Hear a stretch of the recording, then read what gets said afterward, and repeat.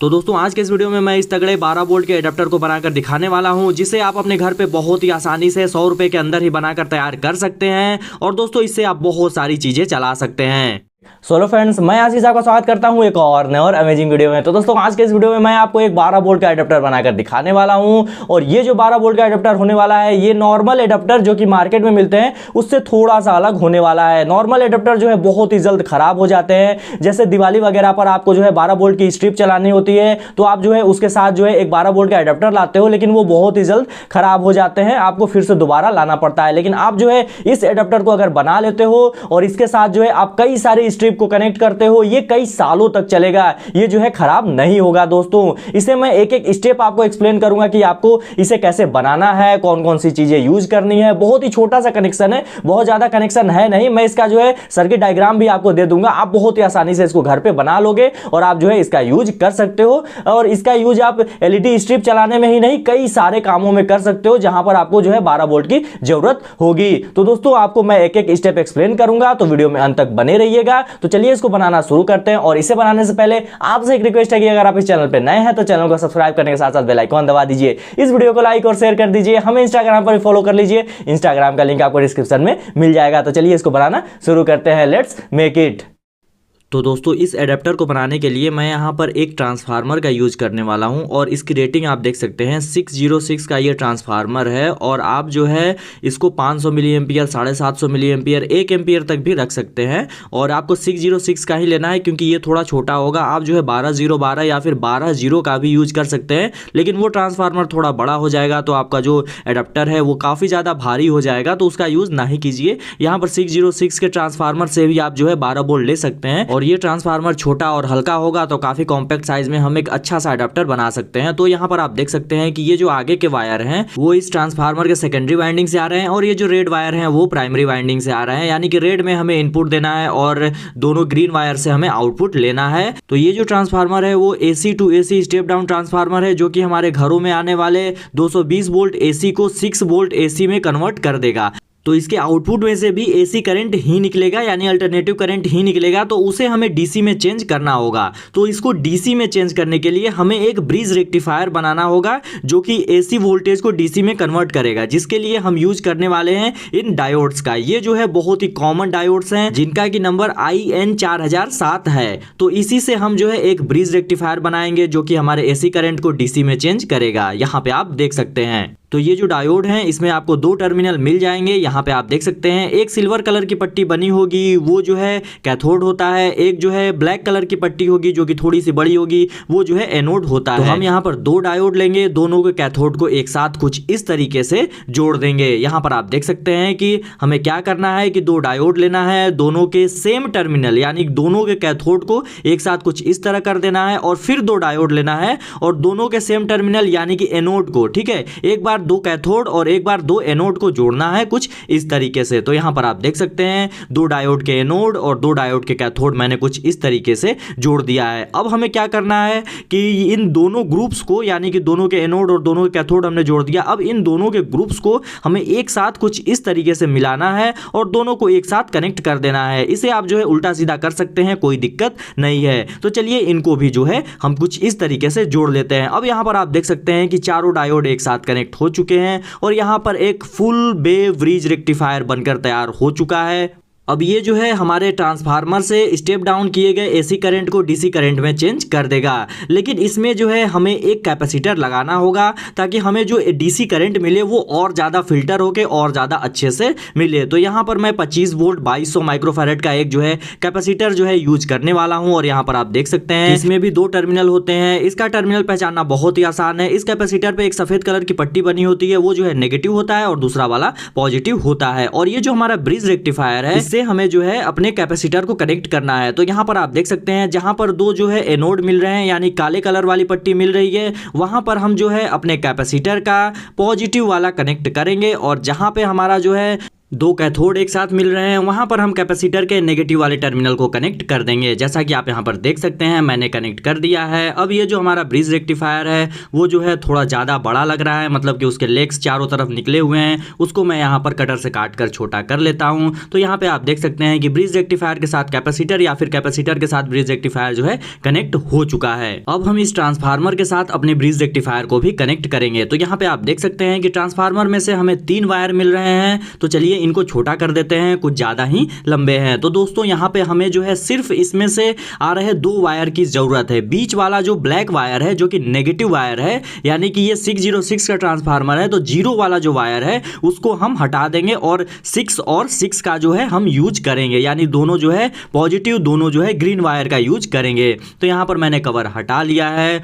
तो अब हम अपने ब्रिज रेक्टिफायर को कनेक्ट करेंगे ट्रांसफार्मर के साथ। तो ये जो हमारा ब्रिज रेक्टिफायर है उसमें 4 टर्मिनल बने थे, 2 टर्मिनल तो पहले से ही कनेक्ट हैं इस कैपेसिटर के साथ। तो जो 2 टर्मिनल कैपेसिटर के साथ कनेक्ट हैं उन पे हमें नहीं कनेक्ट करना है, जो 2 फ्री हैं उन पे ही हमें कनेक्ट कर देना है ट्रांसफार्मर से आ रहे ये दोनों वायर को। तो दोस्तों अगर आपको ब्रिज रेक्टिफायर पे पूरी डेडिकेटेड वीडियो चाहिए तो मैंने बना रखी है मेरे चैनल पे, या फिर आपको डिस्क्रिप्शन में उसका लिंक मिल जाएगा, आप देख सकते हैं। तो चलिए अब हम इसको चेक कर लेते हैं कि ये अच्छे से काम कर रहा है कि नहीं। तो यहाँ पर आप देख सकते हैं प्राइमरी वाइंडिंग से आ रही दोनों वायर को, दोनों रेड वायर को मैंने कनेक्ट कर दिया है इलेक्ट्रिसिटी के साथ। अब मल्टीमीटर को डीसी पे सेट करते हैं और यहाँ पर इसको जो है चेक करते हैं। तो यहाँ पर आप देख सकते हैं कि 19 वोल्ट दे रहा है और ये हमें 12 वोल्ट चाहिए। और ये 19 वोल्ट क्यों दे रहा है? क्योंकि यहाँ पर जो कैपेसिटर है वो ज़्यादा बड़ा लगा है। आप जो है इस तरह का छोटा कैपेसिटर यूज कर सकते हैं कुछ इस रेटिंग की, लेकिन वोल्टेज इसमें भी बढ़ेगा। उसमें 19 वोल्ट हो रहा है तो इसमें जो है हो सकता है कि आपको 15 वोल्ट मिले, लेकिन 12 वोल्ट अभी भी नहीं मिलेगा। तो उसके लिए हमें चाहिए होगी एक आईसी, और ये है 12 वोल्ट वोल्टेज रेगुलेटर आईसी 7812।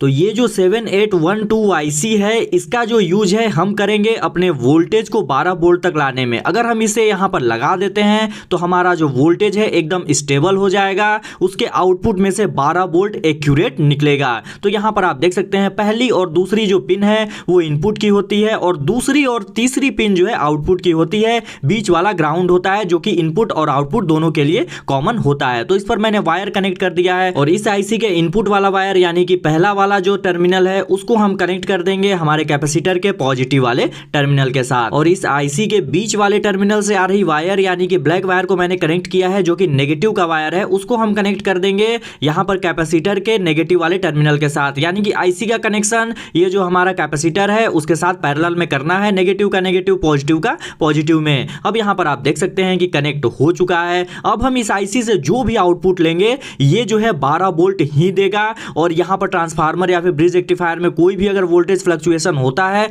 उससे कोई फर्क नहीं पड़ेगा, इसको यहां पे ये जो है 12 वोल्ट ही देगा। अब चलिए इस पूरे सिस्टम को हम जो है इस पीवीसी शीट पे कुछ इस तरीके से रख देते हैं। तो हमें इस ट्रांसफार्मर को कुछ इस तरीके से यहाँ पे फिक्स करना होगा और इसको फिक्स करने के लिए हमें कुछ यहाँ पर होल्स बनाने होंगे, जिसके लिए मैं यहाँ पर मार्किंग वार्किंग कर लेता हूँ ताकि हम यहाँ पर होल बना सकें और इस ट्रांसफार्मर और आईसी वगैरह को सब कुछ को कर सकें। और ये जो हमारा पीवीसी शीट है इसे आप पीवीसी पाइप को गर्म करके कुछ सीट की तरह बना सकते हैं और इसका यूज जो है आप ये जो हमारा एडेप्टर है उसकी बॉडी बनाने में कर सकते हैं। तो चलिए यहाँ पर होल वगैरह कर लेते हैं ताकि हम अपनी सारी चीज़ें इसमें फिक्स कर सकें। तो यहाँ पर जहाँ भी मार्किंग हुई थी सभी जगह होल हो चुके हैं। अब चलिए यहाँ पर हम जो अपना ट्रांसफार्मर है उसको फिक्स कर देते हैं। तो इसको हम कुछ इस तरीके से रखेंगे। तो ट्रांसफार्मर को अच्छी तरीके से यहाँ पर फिक्स करने के लिए मैं स्क्रू या फिर नट बोल्ट का यूज कर सकता हूँ। तो यहाँ पर मैं जो है छोटे वाले नट बोल्ट का यूज कर रहा हूँ। आप यहाँ पर देख सकते हैं ट्रांसफार्मर काफ़ी अच्छे से यहाँ पर स्टेबल हो चुका है। इसके बाद यहाँ पर ये जो हमारी आईसी है 7812 वाली, इसको जो है हम हीट सिंक लगाएंगे इसके ऊपर और हीट सिंक लगाकर इसको भी हम ट्रांसफार्मर के पास में ही कुछ इस तरीके से लगा देंगे। तो चलिए इस पे जो है हीट सिंक लगाते हैं और इसको भी उसी तरह उसी नट बोल्ट से इसको भी हम अच्छे से कस देते हैं। तो यहाँ पर आप देख सकते हैं कि ये जो आईसी है इसको भी मैंने हीट सिंक लगाकर यहाँ पर कस दिया है। तो आईसी में हीट सिंक लगाना थोड़ा जरूरी हो जाता है क्योंकि ये थोड़ा सा हीट होता है। तो यहाँ पर आप देख सकते हैं सभी चीज़ें अच्छे से कसी जा चुकी हैं। अब चलिए मैं दिखाता हूँ कि हमें आउटपुट कहाँ से लेना है। तो ये जो आईसी है इसके दूसरे लेग में एक नेगेटिव वायर तो मैंने जोड़ा ही है, तो वहाँ से नेगेटिव मिल जाएगा और इसके तीसरे लेग से जो है पॉजिटिव हमें मिल जाएगा। इसके बाद ये जो कैपेसिटर कैपेसिटर है इसको भी हम यहीं पे चिपका देते हैं। तो इसको चिपकाने के लिए मैं यहाँ पर ग्लू गन का यूज कर रहा हूँ। तो यहाँ पर ग्लू गन यूज करना ठीक है क्योंकि हमारी जो कैपेसिटर है ये किसी तरह का हीट जो है प्रोड्यूस नहीं करता है। तो यहाँ पर ठीक है, मैंने ग्लू गन से इसको अच्छे से चिपका दिया है। अब चलिए दोस्तों आगे बढ़ते हैं और ये जो लगभग पूरा सारा कंप्लीट हो चुका है। अब हमें इसको जो है एक बॉक्स की तरह बनाना होगा। तो यहाँ पर आप देख सकते हैं कि 4 सीट मैंने काट लिए हैं और इन सभी को मैं इसके चारों तरफ लगा दूंगा। तो आप भी पीवीसी पाइप को गर्म करके कुछ इस तरीके से सीट बनाकर इसको काट सकते हैं। अब चलिए चारों तरफ से इसको हम घेर देते हैं, यानी कि एक बॉक्स की तरह बना देते हैं। तो यहाँ पर आप देख सकते हैं कि ये जो है बॉक्स की तरह एकदम बनकर तैयार हो चुका है। चारों तरफ मैंने अच्छे से चिपका दिया और फेविक्विक की हेल्प से ही मैंने इसे चिपकाया है। अब चलिए दोस्तों आगे बढ़ते हैं। अब हमें ट्रांसफार्मर तक पावर पहुंचाने की भी व्यवस्था करनी होगी। तो यहाँ पर कुछ इस तरीके से हम होल करेंगे ताकि जो ट्रांसफार्मर से जो दोनों रेड वायर आ रहे हैं उसकी प्राइमरी वाइंडिंग से उसको हम कुछ इस तरह से बाहर की ओर निकाल सकें। तो यहाँ पर मैंने एक छोटा सा होल कर दिया है और उसी होल से मैं इस ट्रांसफार्मर के वायर को पीछे की तरफ निकाल लूंगा। तो यहाँ पर आप देख सकते हैं दोनों वायर जो है पीछे की तरफ आ चुके हैं और इसी से हम जो है पावर देंगे। तो इसको जो है कनेक्ट करने के लिए हमें यहाँ पर एक प्लग की तरह जो है कुछ लेना होगा। तो यहाँ पर आप देख सकते हैं ये एक जो है 3 पिन प्लग का एक पीछे वाला हिस्सा है। आप भी जो है आपके पास अगर कोई पड़ा होगा तो उसका यूज कर सकते हैं या फिर मार्केट से भी खरीद कर ला सकते हैं। तो यहाँ पर आप देख सकते हैं कि इसमें जो है 2 टर्मिनल आपको मिलेंगे जहाँ पर स्क्रू कसा हुआ है। उसी में आपको जो है ट्रांसफार्मर से आ रहे दोनों वायर को, दोनों प्राइमरी वाइंडिंग से आ रहे वायर को, रेड वायर को हमें जो है यहाँ पे कनेक्ट कर देना है इन दोनों टर्मिनल के साथ। तो यहाँ पर मैंने स्क्रू के साथ जो लगा था उसी के साथ कनेक्ट कर दिया और इसको मैं कुछ इस तरीके से यहाँ पे लगा दूंगा। तो चलिए इसको हम यहाँ पर लगा देते हैं। आप जो है इसको चिपका भी सकते हैं या फिर आप जो है स्क्रू वगैरह से इसको कस भी सकते हैं। तो स्क्रू से कसना ज़्यादा अच्छा रहेगा, ज़्यादा स्टेबल रहेगा। तो यहाँ पर मैं जो है स्क्रू से इसको कस देता हूँ। तो चलिए फटाफट से इसको कस देते हैं। अब जो है ये जो हमारा 3 पिन प्लग है जो ऊपर की ओर लगेगा उसको ही हम जो है इलेक्ट्रिसिटी में कनेक्ट करेंगे और वहीं से पावर जो है हमारे ट्रांसफार्मर में जाएगी और उसके बाद जो है हमारा ब्रिज रेक्टिफायर, कैपेसिटर और 7812 वाली आईसी जो है हमें 12 वोल्ट का जो वोल्टेज है वो कंटिन्यूसली प्रोवाइड करेगी। इसके बाद उससे आउटपुट भी तो लेना है हमें। तो आउटपुट लेने के लिए मैंने 12 वोल्ट एडाप्टर था मेरे पास, तो उसका जो वायर होता है उसको मैंने काट लिया है और उसको जो है हम यहाँ पर लगा देंगे। आपके पास भी कोई अगर 12 वोल्ट का पुराना एडाप्टर है तो आप जो है उसमें से इसको निकाल सकते हो या फिर ये जो हमारी मेल पिन है वो जो है मार्केट में मिलती है, तो वायर वगैरह लगाकर भी आप इससे कनेक्ट कर सकते हो। या फिर अगर आपके पास ये नहीं है तो सिंपली 2 वायर निकाल दीजिए और जहां यूज करना है वहां कीजिए, कोई दिक्कत नहीं है। तो यहाँ पर आप देख सकते हैं मैंने वायर को इसके पीछे की तरफ कुछ इस तरीके से निकाल दिया और मैंने आपको बताया ही है कि हमें आउटपुट कहां से मिलेगा। तो हमें आउटपुट जो है 7812 वाली आईसी से ही मिलेगी। इस आईसी की जो बीच वाली लेग है वो जो है नेगेटिव की लेग होती है जो कि इनपुट आउटपुट दोनों के लिए कॉमन होती है, और जो थर्ड वाली लेग होती है वो जो होती है आउटपुट के लिए होती है जहां से आपको जो है 12 वोल्ट का सप्लाई देगा। तो चलिए इसको कनेक्ट कर लेते हैं। ये जो हमारा वायर है उसमें 2 वायर निकले हुए आपको दिखाई दे रहे होंगे। तो नेगेटिव वायर को हम कनेक्ट कर देंगे आईसी के बीच वाले लेग पे और पॉजिटिव वाले को कनेक्ट कर देंगे आईसी के तीसरे वाले या फिर आउटपुट वाले लेग पे। जैसा कि आप यहाँ पर देख सकते हैं मैंने जो है कनेक्ट कर दिया है। अब यहाँ पर एक वायर और निकला है नेगेटिव का, तो वो तो पहले से ही निकला था, मैंने 2 वायर ही कनेक्ट किया था नेगेटिव पे। एक जो है रेड वायर और कनेक्ट कर देता हूं मैं इसके आउटपुट पे, ताकि एक जो है इंडिकेटर वाली एलईडी लगा सके, ताकि इसको हम जब प्लग में कनेक्ट करें तो हमें पता चले कि ये जो है कनेक्ट हो चुका है।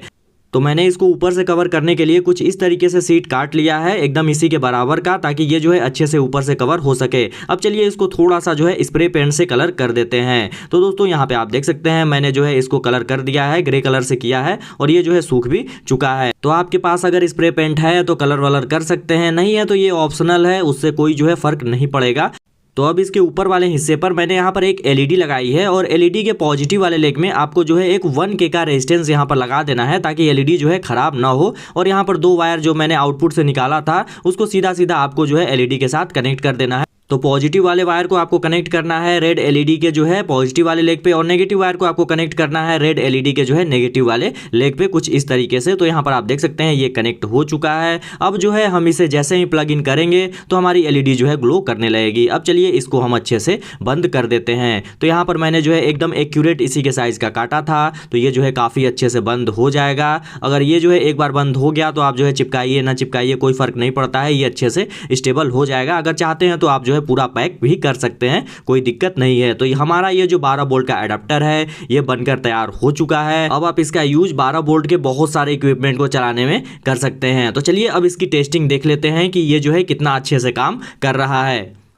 तो दोस्तों यहाँ पर रहा ये सर्किट डायग्राम, और यहाँ पर आप देख सकते हैं कि ये जो सर्किट डायग्राम है इसमें ट्रांसफार्मर में आपको ब्रिज रेक्टिफायर कैसे ऐड करना है, कैपेसिटर कैसे ऐड करना है, सब कुछ दिखा रखा है। सिर्फ एक जो है 7812 आईसी नहीं लगी है इसमें, तो वो जो है बहुत ही आसानी से आप जो है लगा सकते हो, कोई दिक्कत नहीं होने वाला है। तो दोस्तों यहाँ पे आप देख सकते हैं कि ये जो हमारा 12 वोल्ट का एडाप्टर है वो बनकर तैयार हो चुका है। अब चलिए इसको प्लग इन करते हैं और इसको जो है ऑन करते हैं। तो दोस्तों यहाँ पर मैंने स्विच ऑन कर दिया है और यहाँ पर देख सकते हैं आपकी स्विच ऑन करते ही हमारी जो है रेड एलईडी ग्लो होने लगी, और इस एलईडी को मैंने इसीलिए लगाया था कि ये जो है चालू हो तो हमें पता चल जाए। अब चलिए एक जो है 12 वोल्ट वाली लाइट जो है कनेक्ट करके देखते हैं। तो यहाँ पर आप देख सकते हैं कि ये जो है कितने अच्छे से काम कर रहा है, और यहाँ पर इसको हटाते हैं और अलग अलग चीज़ें जो है इसमें लगा कर देखते हैं। तो ये जो है 12 वोल्ट की एक स्ट्रिप है, चलिए इसको कनेक्ट करके देखते हैं। तो यहाँ पर आप देख सकते हैं मैंने इसे कनेक्ट कर दिया है और ये जो है काफ़ी अच्छे से यहाँ पर ये चल रहा है, जैसा कि आप यहाँ पर देख सकते हैं। तो आप जो है इस तरह की कई स्ट्रिप इसमें लगाकर यूज कर सकते हैं, बहुत ही अच्छे से ये जो है काम करेगा। तो यहाँ पर इसको हटाते हैं और मैं जो है 3-4 स्ट्रिप अब जो है कनेक्ट करके आपको दिखाता हूँ।